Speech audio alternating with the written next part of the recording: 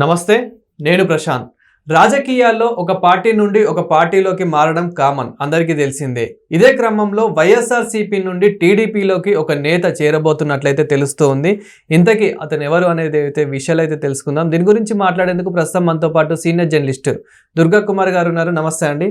నమస్తే ప్రశాంత్, మన వుల్ఫ్ వీక్షకులకు కూడా. ఏంటి సార్, వైఎస్ఆర్సీపీ నుండి ఒక ప్రముఖ నేత టీడీపీలోకి చేరబోతున్నట్లు తెలుస్తుంది. ఇంతకు అతను ఎవరు, ఎందుకు చేరాల్సి వస్తుంది? అంటే వైఎస్ఆర్సీపీ పార్టీ పడిపోతుంది అన్నట్లేనా?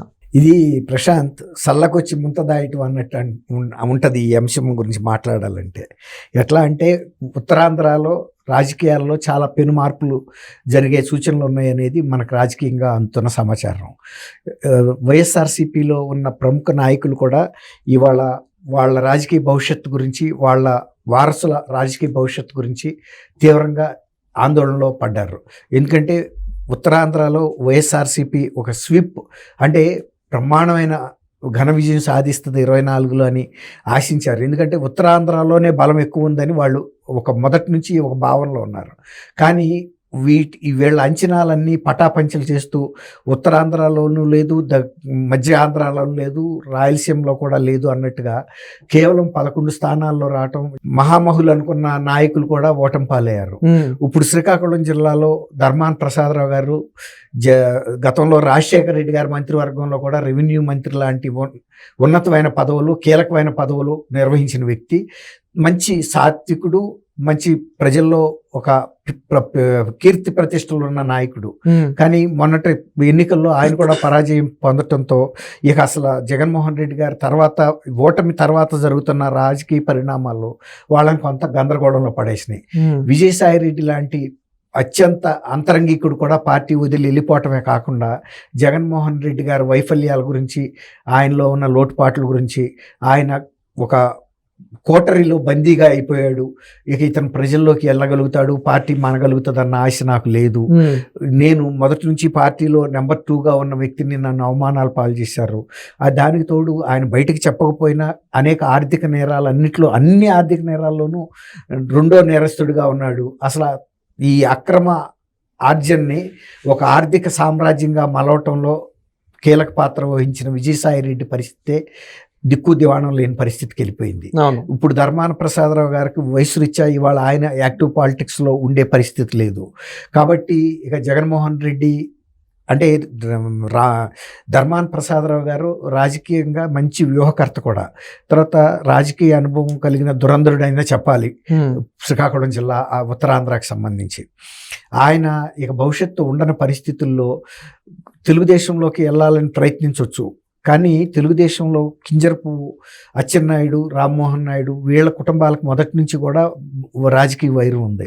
అందులోనూ ఇప్పుడు వాళ్ళు చాలా కీలక పాత్ర వహిస్తున్నారు. కేంద్ర మంత్రిగా ఉన్నాడు రామ్మోహన్ నాయుడు. తర్వాత కింజరపు అచ్చెన్నాయుడు పార్టీకి చాలా ప్రముఖమైన వ్యక్తిగా ఉన్నాడు. మొన్నటిరాక కార్యనిర్వాహక అధ్యక్షుడిగా కూడా ఉన్నాడు. కాబట్టి ఆ పార్టీలోకి ఈయన్ని రాణిస్తారనే ఆశ లేదు. అంటే ఏదైనా ఒక పదవి ఇచ్చే అవకాశం ఏమైనా ఉందా ఒకవేళ రాణిస్తే గనక? అసలు రానివ్వటమే కష్టం. ఇప్పుడు ధర్మాన ప్రసాదరావు గారు తన రాజకీయ భవిష్యత్తు గురించి తను పెద్ద కంగారు పడాల్సిన అవసరం లేదు. ఆయన ఎక్కాల్సిన అన్ని పదవులు చూశాడు. ఇప్పుడు రామ్మోహన్ నాయుడు వాళ్ళ అబ్బాయి గురించి ఆయన ఏదన్నా రాజకీయంగా బాటలు వేయటానికి ప్రయత్నిస్తున్నాడు. అయితే ఇప్పుడు జనసేనలో చేరి ఎట్లాగూ అది కూటమిలో భాగస్వామిగా ఉంది. ఒకవేళ కనుక జనసేనలో చేరినా కూడా యాజ్ గుడ్ యాజ్ తెలుగుదేశంలో చేరినంత ఫలితమే కదా. ఈ కూటమి కొనసాగుతుంది అనేది ఒక ధర్మాన ప్రసాదరావు గారు కూడా ఒక అవగాహనకు వచ్చినట్టున్నాడు. కాబట్టి ఒక 1-2 ఎలక్షన్స్ తర్వాత రాజకీయాలు ఎటు మారుతాయో ఎవరు చెప్పలేడు. అయినా ఇప్పుడు ఈ ఎలక్షన్ ఈసారికే ఇంకా 4 ఏళ్ళు ఉంది. ఈ 4 ఏళ్ల తర్వాత కూటమి అయితే ఉంటుందనే ఒక ధైర్యంతో ఆయన జనసేనలో చేరి కొడుకుని శ్రీకాకుళం నియోజకవర్గం నుంచి పోటీ చేయించాలనే ఆలోచన మీద ఉన్నట్టు చెప్తున్నారు. ఇది ఒక రకంగా తెలుగుదేశానికి ప్రత్యక్షంగా బెనిఫిట్ కాకపోయినా పరోక్షంగా కూటమి బలపడుతుంది కదా. At the same time YSRCP ఆ మేరకు బలహీన పడుతుంది. ఈయన ధర్మాన ప్రసాదరావు గారి పార్టీ మార్పిడి మూలన ఇవి కొంత రాజకీయంగా ఉత్తరాంధ్రలో ఇతర జిల్లాల మీద కూడా పక్క జిల్లాల నియోజకవర్గాల మీద కూడా ప్రభావం చూపే అవకాశం ఉంటుంది. నైతికంగా జగన్మోహన్ రెడ్డి గారికి కూడా ఒక కుదుపు అనే చెప్పాలి. ఎందుకంటే తను మొదటి నుంచి వైఎస్ఆర్సీపీలో అండగా ఉన్నాడు. తర్వాత రాజశేఖర రెడ్డి గారి నుంచి కూడా ఆ మంత్రివర్గాల్లో కొనసాగాడు. ఆ కుటుంబంతో కూడా అనుబంధం ఉంది. కాబట్టి రాజకీయంగా కొంత ఇది ఎఫెక్ట్ అయితే చూపిస్తేనే చెప్పాలి. ఇలాంటి దీన్ని చూసిన తర్వాత ఆయన ఒక్కడగా చేరాడు కదా, ఇంకా మిగిలిన పక్క నియోజకవర్గాల్లో కూడా కొంతమందిని ఇటు జనసేన తీసుకెళ్తాడు తను. ఎందుకంటే ఒక గ్రూప్గా వెళ్తే వాళ్ళు ఆ ప్రాంతాల్లో ప్రభావితం చేయగలుగుతారు. ఒంటరిగా వెళ్ళి చేయగలిగేది బహు తక్కువ. ఆయనకు కొంత ఫాలోయింగ్ ఉంది, కొంతమంది ఫాలోయర్స్ ఉన్నారు ఇతర నియోజకవర్గాల్లో కూడా. జిల్లా వ్యాప్తంగా కూడా ఇంత ఆయనకు పలుకుబడి ఉంది. రాజకీయంగా గతంలో మంత్రివర్గంలో పనిచేసినప్పుడు కూడా మంచి పేరే ఉంది ఆయనకి.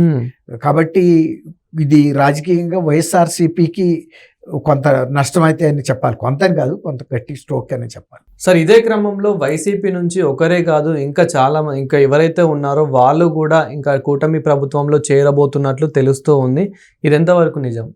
అంటే ఇప్పుడు నేను చెప్పిన ఈ ఆలోచన అనేది చాలా జిల్లాల్లో ప్రముఖంగా గతంలో మంత్రులుగా పనిచేసిన వాళ్ళకి, సీనియర్ శాసనసభ్యులకి, గత కొంతకాలంగా ఒక 3-4 దశాబ్దాలుగా రాజకీయంలో ఉన్న కుటుంబాలు ఒక్కసారిగా ఈ వైఎస్ఆర్సీపీ పతనంతో వాళ్ళ కుటుంబ రాజకీయ భవిష్యత్తుని పణంగా పెట్టలేరు. అలాంటి అనేక కుటుంబాల్లోనూ అనేక మంది రాజకీయ నాయకుల్లోనూ ఈ సంక్షోభం ఎదుర్కొంటున్నారు. దీన్ని ఎలా బయటపడాలి, పని జగన్మోహన్ రెడ్డిని నమ్ముకుని వెళ్దామా అంటే జగన్మోహన్ రెడ్డి కానీ ఆయనకి చుట్టుపక్కల ఉన్న అనుచరుల ప్రవర్తన కానీ ప్రజల్లో పార్టీని బలపరిచే విధంగా కానీ ప్రజల్ని ఆకర్షించే విధంగా కానీ లేవు. ప్రజల్ని కోత కోస్తామనే తీరులో మాట్లాడుతున్నారు. అంటే ఒక పక్క ప్రజాస్వామ్యం అని చెబుతూనే ఒక నియంత్రణతో ధోరణితో వ్యవహరిస్తున్నారు. అసలు మళ్ళీ ఒక పక్కన ఈ తెలుగుదేశం గెలుపు ఈవీఎంల మూలాన్ని గెలిచింది అని చెబుతున్నారు. అంటే వాళ్ళకు ఒక స్టాండర్డ్ ఆలోచన లేదు. ఏదో ఆ క్షణానికి మాట్లాడుతున్నారు తప్ప మరి 2019లో వైఎస్ఆర్సీపీ గెలిచినప్పుడు ఆ మాట మాట్లాడలేదు కదా. ప్రజలు కూడా ఒక స్థిరమైన ఆలోచన విధానం ఉన్న పార్టీలని, ప్రజల పట్ల సహనంతో వ్యవహరించే పార్టీలని, ప్రజల పట్ల అభిమానంతో ఉండే పార్టీలను ఆదరిస్తారు. కానీ ఒక నియంతృత్వ ధోరణిలో ఫాసిస్టు లాగా లేకపోతే ఈ ఫ్యాక్షనిస్టుల్లాగా మేము బెదిరించైనా మీతో ఓట్లు వేయించుకుంటాము, ఓటు వేయటం మీ ధర్మం, మీ డ్యూటీ, పరిపాలించడం మా హక్కు అన్న ధోరణిగా వ్యవహరిస్తుంది వైఎస్ఆర్సీపీ. గతంలో ఇలాంటి ప్రవర్తన ఇప్పుడు ఆంధ్రప్రదేశ్ రాజకీయ పార్టీల్లో ఎవరు చూడలేదు. రాజకీయంగా రాజశేఖర రెడ్డి గారు కూడా అనేక సార్లు ఆటుపోట్లు ఎదుర్కొన్నా కూడా ఆయన ఇలాంటి అంటే అసహన మాటలు, బెదిరింపు ధోరణి దిగిన సందర్భం లేదు. ఎంత చేపటికి వినయంగానే ఉన్నాడు. చివరి వరకు కూడా అది అందువల్లే ఆయనకి ఫిచ్ అయ్యింది. రెండోసారి కూడా ముఖ్యమంత్రి కాగలిగాడు. అయితే ఆయన ప్రమాదంలో చనిపోయారు, అది వేరే మాట.